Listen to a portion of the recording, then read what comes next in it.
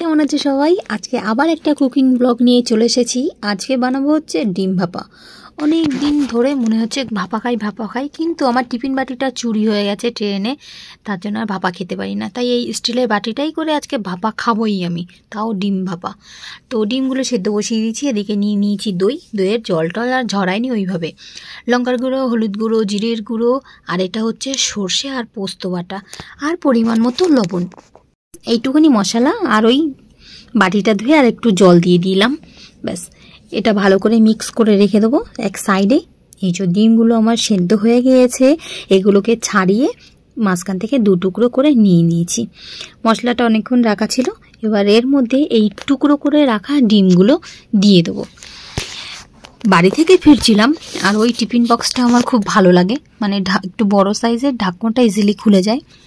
ওটা নিয়ে গিয়েছিলাম সঙ্গে। আমি আসার সময় আমার মাথার নিচ থেকে ব্যাগটা রাতে টেনে নিয়ে চলে গেল। দেখলাম আমি কিছু করতে পারলাম না, তবে ওই ব্যাগটার মধ্যে ওই লাঞ্চ বক্স বাগেরা আর কিছু চার্জার ছিল, এটাই চুরি হয়ে গেল ট্রেন থেকে। তো তারপর থেকে আমার ভাপা খাওয়া বন্ধ হয়ে গেছে, কারণ ওই বাটিটায় ভাপা খুব সুন্দর হতো, খুলতে খুব ইজি, আমি খুলে ফেলতাম। আর ওটাই বড় ছিল, আমার কাছে আর বড় টিফিন বাটি নেই, তারপরে আর কেনাও হয়নি, তার জন্য ভাপা খাওয়া বন্ধই করে গিয়েছিল। কিন্তু আজকে এতই ভাপা খেতে হচ্ছে, মানে আজকে নয় 2-3 দিন ধরে হচ্ছে, কিন্তু খেতে পারছি না। আজকে আর থাকতে না পেরে ভাবলাম আজকে বাটিতে করেই বানিয়ে ফেলি, ঢাকন নেই তা কি হয়েছে, অন্য প্লেট বা অন্য কিছু দিয়ে ঢেকে ঠিক ভাপা করে আমি খাবই আজকে। তো এই জেদটা রাখতে গিয়ে, খাওয়ার ইচ্ছেটা পূর্ণ করতে গিয়ে এটাই এই বাটিতে করে ফেললাম। কেমন হবে জানি না। তো এদিকে মোটামুটি আমার রেডি সব কিছু, ডিম টিম দিয়ে আমি রেডি করে ফেলেছি। আর উপর থেকে দিয়ে দিচ্ছে একটু কাঁচা সর্ষের তেল, খুব সুন্দর একটা গন্ধ আসে।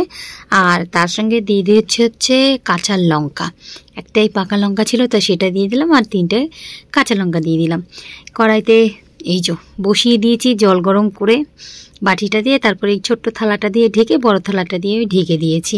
ঠিকঠাক ভাপ হবে না, তবুও একটু টাইম লাগবে হয়তো, তবুও আজকে ভাপা তো খাবই। বেশ অনেকক্ষণ ধরে এটাকে ভাপিয়ে নিয়েছি আমি, জলটা শুকিয়ে গেছে পুরো, আর আমার ভাপাটাও রেডি হয়ে গেছে।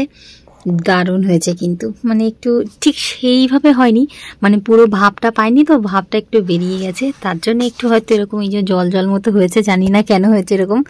তবে এটাই আমি খাবো, মানে কি বলবো, এটা হচ্ছে আমার রান্না করারও ইচ্ছে আর খাওয়ারও তেমন শখ, এটাই। তো এই যে ফাইনাল লুক এটাই। তো চলো এখন গরম গরম ভাত দিয়ে খেয়ে নিই।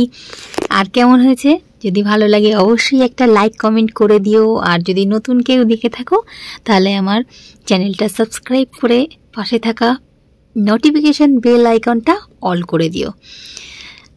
আর ছোটো মোটো এই যে ভিডিওগুলো, একটু পুরো ভিডিও দেখো, আমার পাশে থেকো।